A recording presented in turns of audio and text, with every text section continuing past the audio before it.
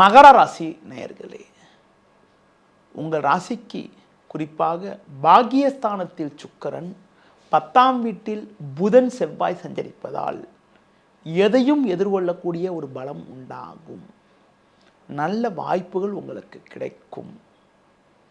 இக்கட்டான நேரத்தில் நல்ல ஒரு ஆதரவு கிடைத்து இருக்கக்கூடிய பிரச்சனைகளை சமாளிக்கக்கூடிய ஒரு பலம் உண்டாகும். தொழில் வியாபாரத்தில் சின்ன சின்ன பிரச்சனைகள் இருந்தாலும் உங்கள் தனித்திறமையால் எதையும் சமாளிப்பீர்கள். பண விஷயத்தில் சற்று சிக்கனத்தோடு இருக்க வேண்டும். பேச்சில் சற்று கவனத்தோடு இருப்பது மிக மிக நல்லது.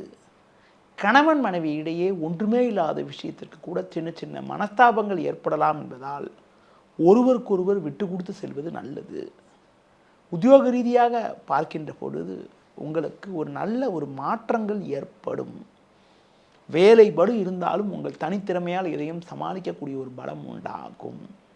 இந்த வார இறுதியில் குறிப்பாக குரு பகவான் அதிசாரமாக உங்கள் ராசிக்கு 7ஆம் வீட்டுக்கு மாறுதலாக இருப்பதும், அதுபோல 18ஆம் தேதி அன்று உங்களுக்கு குருவும் 7ஆம் வீட்டுக்கு மாறுதலாக இருப்பது, சூரியனும் 10ஆம் வீட்டுக்கு மாறுதலாக இருப்பது ஒரு மிகப்பெரிய ஒரு நல்ல ஒரு வளர்ச்சியாகும். அதனால் இந்த வார இறுதியில் ஒரு மிகப்பெரிய ஒரு முன்னேற்றங்கள் உங்களுக்கு கிடைக்கக்கூடிய யோகமானது இருக்கிறது. பொதுவாக உங்களது முன்கோபத்தை சற்று குறைத்துக் கொள்வது, பேச்சில் நிதானத்தோடு இருப்பது, உடனிருப்பவர்களை சற்று அனுசரித்து செல்வது மிக மிக நல்லது.